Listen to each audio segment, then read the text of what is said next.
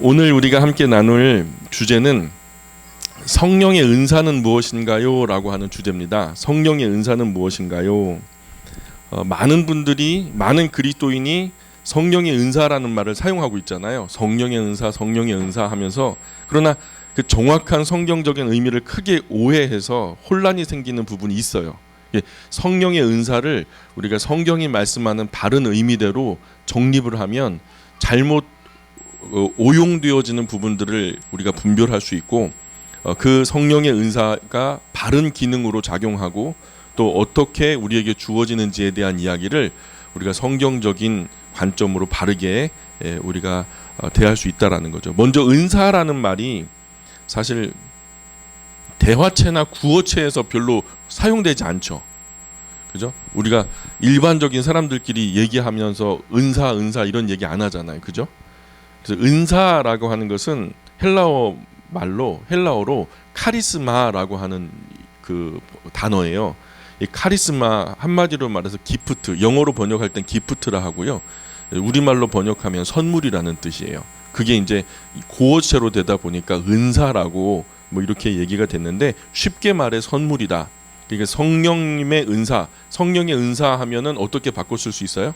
성령님의 선물, 이렇게 바꿨을 수 있겠죠. 근데 그 카리스마라고 하는 단어가 어디서 파생됐냐면 카리스라고 하는 헬라어 단어에서 파생이 됐어요. 이 카리스라는 말은 기쁘다라는 뜻이에요. 기쁘다. 그래서 베드로전서 4장 10절에서도 이런 그 맥락에서 사용되어지고 있는데, 어쨌든 원어에 대한 이해는 우리가 조금 이따가 다뤄보기로 하고요.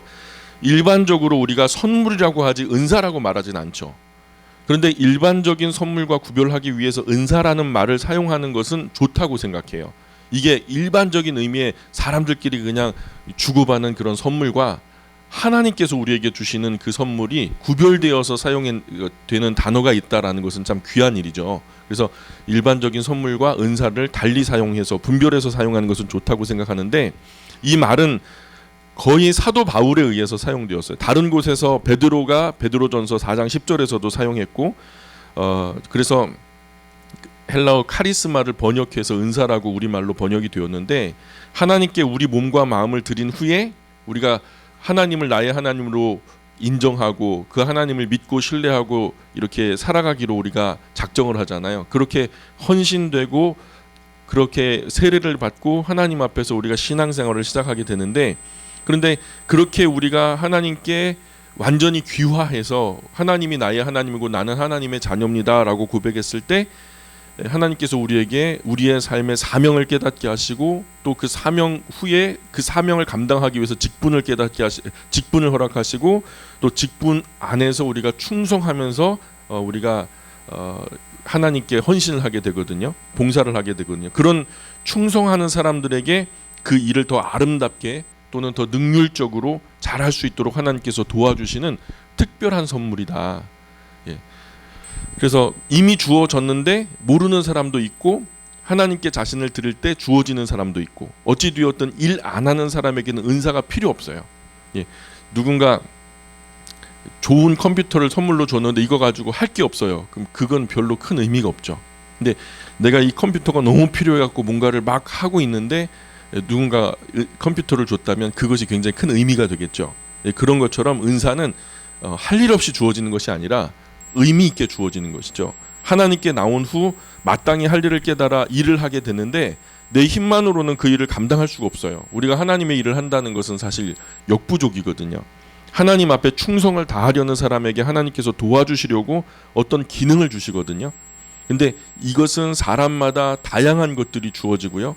그 성품에 맞게, 그 성격에 맞게 시대마다 또 약간씩 다르게 나타나기도 하고요. 또 한 사람에게 여러 종류의 은사가 나타나기도 하고, 한 사람에게 딱 한 은사가 나타나기도 하고요. 그러나 하나님은 하나님의 일은 그런 은사를 받은 특정한 한 사람에게 치우쳐지지 않아요. 그 은사자 한 사람에게 온 교회가 집중해서 그 은사의 덕을 보거나 그렇게 하지 않고, 그 은사자들이 서로 합력해서 선을 이루도록 하나님의 성령님은요, 성령의 사랑에 하나 되게 하시는, 교통하시는 그 영이거든요. 그래서 우리가 혼자서 독불장군식으로 뭘 이루게 하시는 것이 아니라 함께 힘을 모아 선한 영향력이 되어서 거룩한 하나님의 일들을 받들게 하시는 그런 하나님이시거든요. 그래서 각 사람에게 믿음의 분량대로 또는 충성하는 사명과 직명에 따라서 그렇게 나눠주시는 것이 은사라는 거죠. 은사라는 것이 바울에 의해서 강조된 것뿐이지 구약 성경에서부터 이미 나오고 있었어요. 모세 시대에 우리가 잘 알지만 성막을 지을 때 부살렐과 오홀리압이라고 이름 들어보셨어요? 예, 부살렐과 오홀리압이라는 사람이 있었어요. 하나님의 명령으로 광야에서 성막을 지을 때 이들에게 아주 뛰어난 재주와 솜씨를 하나님께서 주셨다고 말해요. 그래서 성막을 그래서 완성시켰고 성막의 기구를 만들게 했다라는 기록이 나오거든요. 본문 전체는 출애굽기 31장 1절부터 11절까지 펼쳐지는데 그 중에서 제가 발췌를 해서 3, 4, 5절만 한번 여러분 보이시면 같이 읽어볼까요? 이쪽 맨 그 안쪽에 등은 좀 꺼주시면 잘 보일 것 같아요.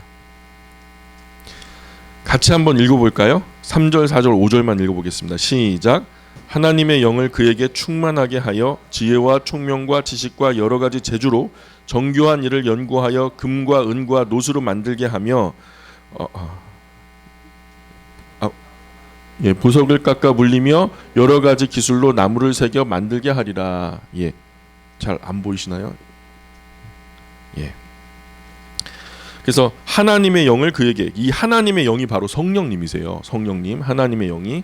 그래서 성령님께서 그에게, 그 부살렐과 오홀리압에게 이렇게 충만한 지혜와 총명과 지식을 여러 가지 재주로 정교하게 연구하여 금과 은과 노수로 만들게 하며 보석을 깎아 물리며 여러 가지 기술로 나무를 새겨 만들게 하리라 하면서 그에게 주셨다는 거죠. 누가 주셨어요? 성령님이 누구에게? 부살렐과 오홀리압에게.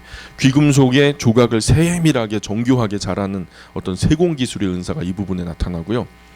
어떤 은사는 성부 하나님으로부터 천부적으로 타고나서 그 타고난 재능에 뭔가를 더해 주시는 경우도 있어요. 그래서 하나님께서 한 사람에게 음악의 은사를 타고나게 해주셨다. 어떤 친구들은 음악 공부도 안 했는데 피아노로 땡 치면은 그게 무슨 음인지 알아요. 그게 높은 솔, 뭐 낮은 미 이런 것들을 그냥 절대 음감으로 바로 간파를 하거든요. 다른 사람에게는 없는 건데 그 사람에게만 있는 거잖아요. 그런 것도 타고난 재주라고 하지만 그 하나님께서 주시는 은사죠, 은사. 자, 그런데 이런 하나님께서 한 사람에게 음악의 은사를 타고나게 하셔서 음감이 아주 좋고 음색도 아름다워서 음악을 통해서 하나님께 영광을 돌리게 하셨어요. 근데 그런 은사는 교회에서 굉장히 필요한 은사죠. 자기가 가수가 되어서 그 많은 대중들의 인기를 먹고 살 수도 있지만 사실 타고난 그 은사의 원래의 용도는 하나님께 영광 올려드리기 위함이라는 거죠. 우리 모든 인간은 누가 지으셨죠? 사람이, 하나님이 사람을 지으셨잖아요. 하나님이 사람을 지으셨기 때문에 지으신 그 하나님께 영광을 돌리는 것이 마땅하거든요. 그래서 단 한 털억의 영광도 우리의 것은 없어요. 다 우리를 지으신 하나님의 것이라는 거죠. 복음이 전파되는 곳에 복음을 알게 된 이들이 하나님을 온 마음으로 찬양할 때 하나님께 더 집중하며 더 감동적인 찬양을 하나님께 올리라고 주시는 은사죠. 이 은사로 성가대를 지휘하거나 또 좋은 찬송을 만드는 것도 아주 중요한 하나님의 사역입니다. 그래서 성령 하나님께서 주시는 은사는 성경에 기록된 몇 가지만 존재하는 게 아니라 이렇게 개념을 잡으시면 좋아요. 하나님의 성령 안에 무궁무진한 은사의 보따리가 있어요. 마치 산타클로스 할아버지의 선물 보따리처럼 거기에 아무리 퍼줘도 뭐 아이들에게 더 퍼줄 게 나오잖아요. 그건 만화지만 근데 하나님의 성령께서는요 정말로 너무나 무궁무진한 은사가 성령 하나님 안에 다양하게 무진하게 그 무한하게 그 안에 있다는 거죠. 그런데 일반적으로 한국 교회는 좀 그런 은사들 중에서도 아주 신비하고 쇼킹한 은사를 많이 사모하는 것 같아요. 그래서 은사로 주어질 은사로 무엇을 할 것인가? 예. 이 나타나는 은사의 양상이 아주 근데 신비하고 쇼킹하기를 원하죠. 그런 맥락에서 한국 교회 그리스도인들은 가장 인기 있는 은사는 병 치료하는 뭐 신유의 은사 또는 갑자기 말이 걷다 횟가닥 달라져 가지고 다른 나라 말을 하게 되는 뭐 방언의 은사 뭐 이런 것들을 위해서 많이 사모하고 기도하기도 해요. 병을 고치는 은사는 의사나 약사가 있지만은 병원에 갈 형편이 못 되거나 현대의학으로 그때 당시는 치료가 사실 어려웠잖아요. 그런 불가능한 상황에서 하나님의 특별한 은혜가 임하여서 병이 고쳐지는 은사를 말하는 거거든요. 이 은사는 예수님이 사역하실 때 흔하게 우리가 목격되었고요. 나중에 바울과 그 제자 베드로에게서도 나타났었고 지금도 사실 종종 병 고치는 은사가 나타나고 있어요. 단지 손을 얹어서 기도하는데 병이 낫는 경우가 있어요. 이건 굉장히 신기한 일이죠. 그런데 이것이 지금 일반적으로 이 은사가 나타나고 있어요. 어디를 통해서? 병원을 통해서. 배운 어떤 의학적인 지식과 의학적인 기술을 통해서 어떤 약학적인 기능과 그런 메커니즘을 통해서 이미 여러 예수님을 알던 모르던 하나님을 인정하던 안 하던 간에 이런 은사들이 사회 보편적으로 지금 활용되고 있거든요. 이 또한 그 근원을 따지고 물어보자면 의학적인 그 지혜와 그 기능과 이런 어떤 기술들을 주신 분은 바로 우리 하나님이시라는 거죠. 모든 지혜의 근본은 하나님이시니까. 그래서 저는 이런 은사가 교회마다 있기를 바라요. 사실 많은 교회마다 어떤 모든 교회들은 이런 은사를 구하여서 풍성하게 누릴 수 있기를 바라고요. 병 나아서 영 회복되지 못했더라 하는 것보다도 병에 걸렸지만 아주 건강하게 이전보다 더 강건하여졌다 이런 이야기가 넘치는 교회가 저는 우리 교회가 되었으면 좋겠어요. 이런 신비한 병 고치는 은사가 나타났을 때 기도원 차려가지고 교회로부터 독립한 사람들 굉장히 많았어요. 과거에 하나님은 교회 안에서 그 은사를 가지고 봉사하고 섬기라고 준 것이지 개인의 사업을 위해서 준 것이 아니에요. 돈벌이를 위해서 주신 것이 아니거든요.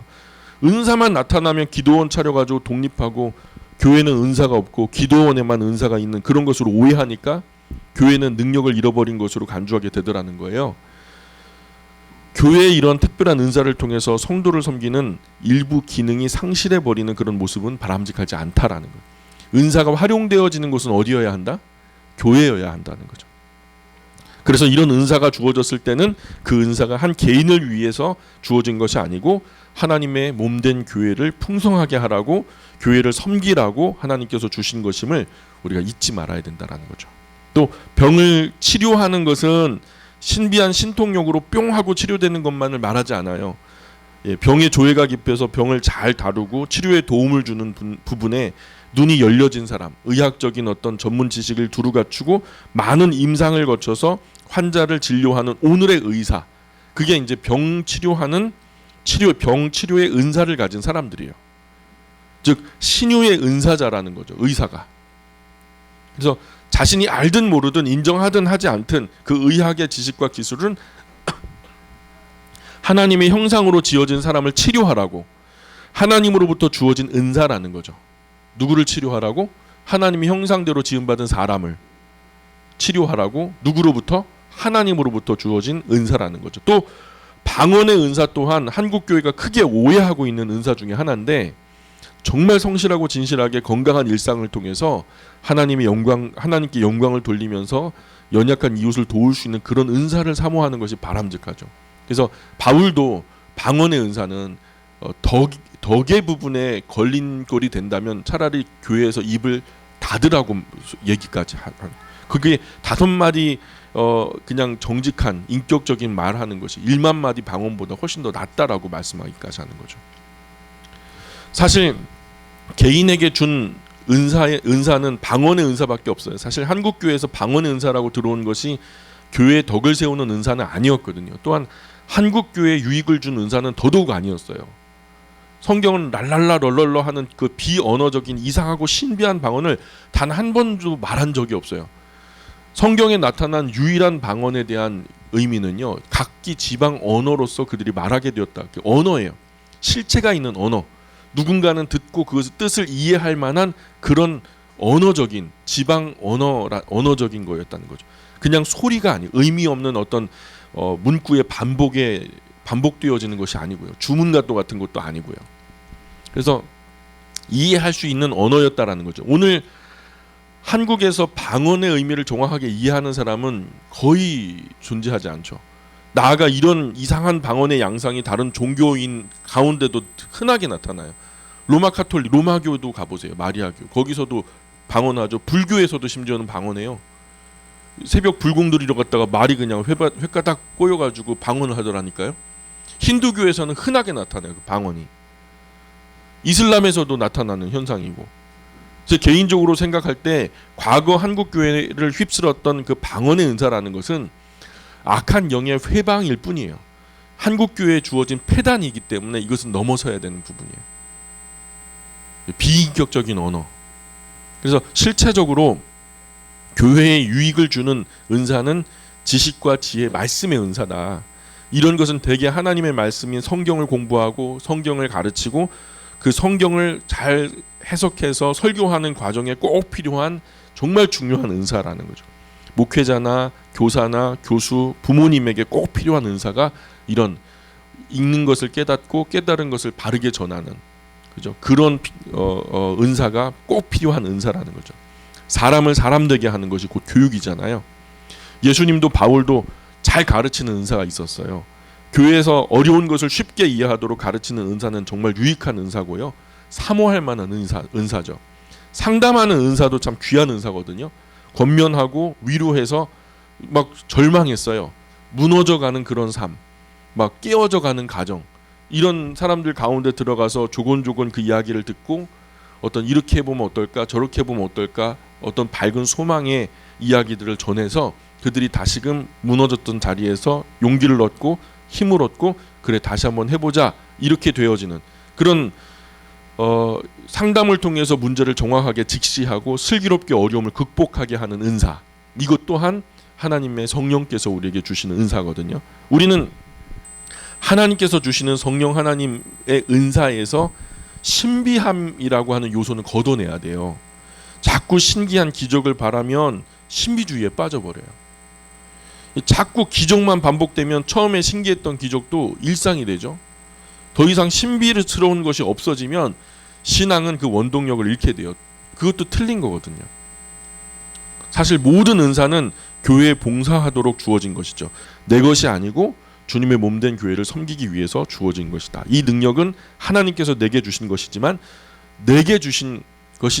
사적인 것이 아니에요. 공적인 능력이에요. 나만을 위해서 사용되어질 것이 아니라 이 공동체, 몸된 교회를 위해서 사용되어져야 되는, 서로 돕는 은사, 다스리는 은사, 가버먼트라고 그러죠. 행정관리의 은사를 말하는 거죠.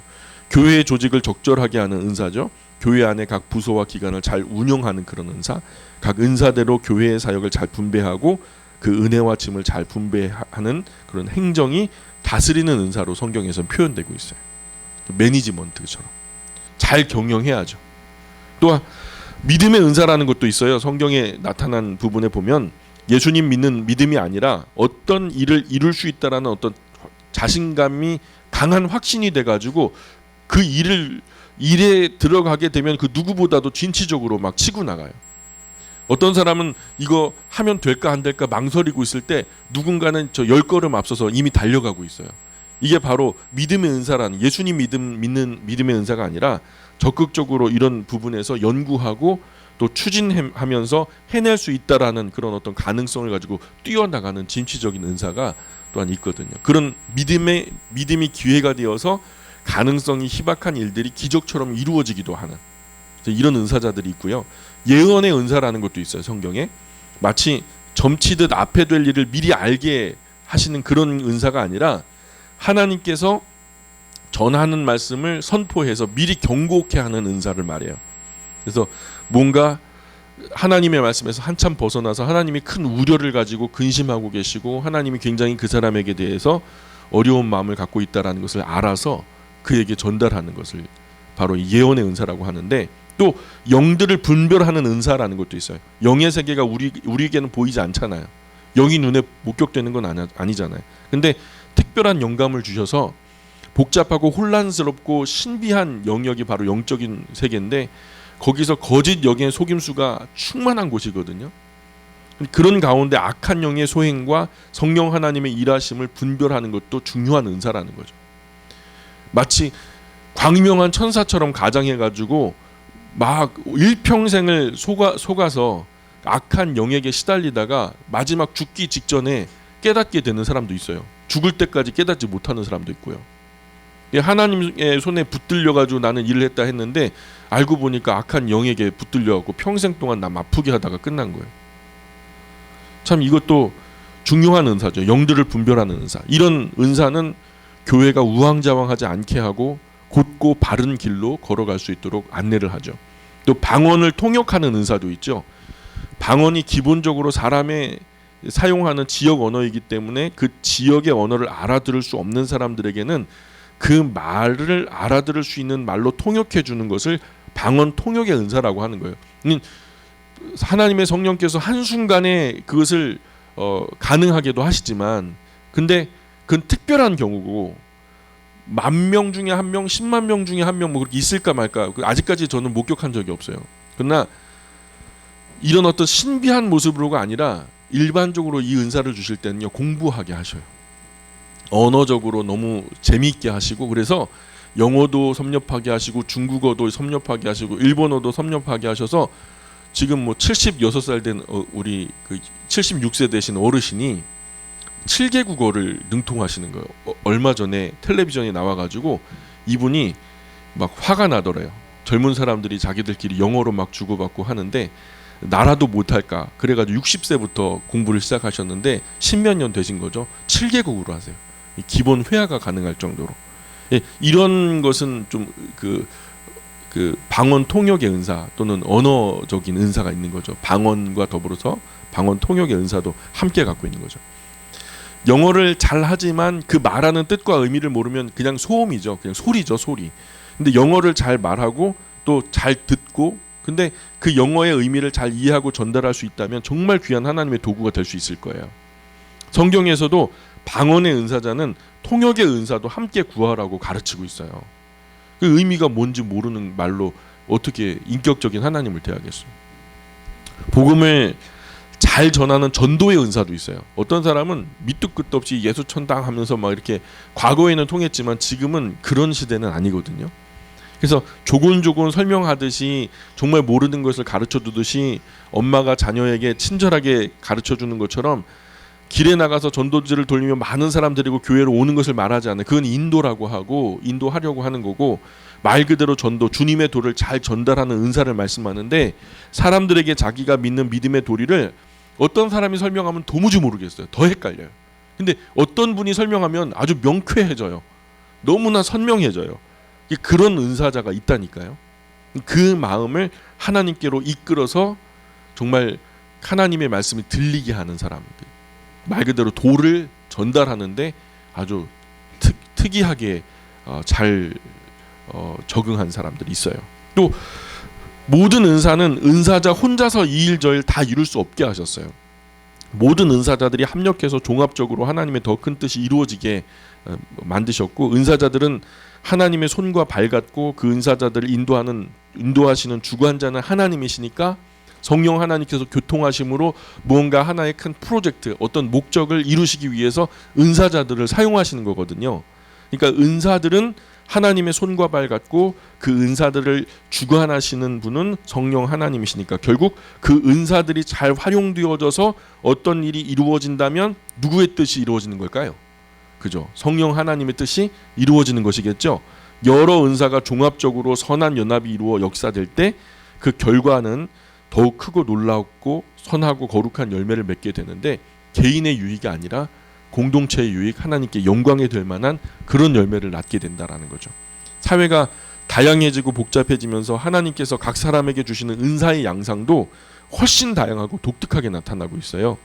어떤 그림이나 건축이나 조각하는 것, 탁월한 예술품을 만날 때 하나님의 은사라고밖에 표현할 수 없는 탁월한 것들이 있어요.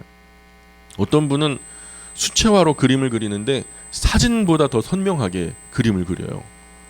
수채화로 그냥 이렇게 물빛을 표현하고 하는데 한 2m 거리에서 그 그림을 보면 사진인지 실물인지 그림인지 헷갈릴 정도로 선명하게 잘 그려요. 이거는 일반 사람들이 도대체 따라갈 수 없는 것들이거든요.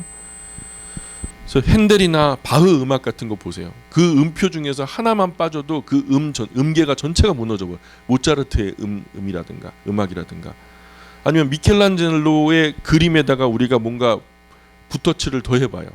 졸작이 돼버리고 말거든요.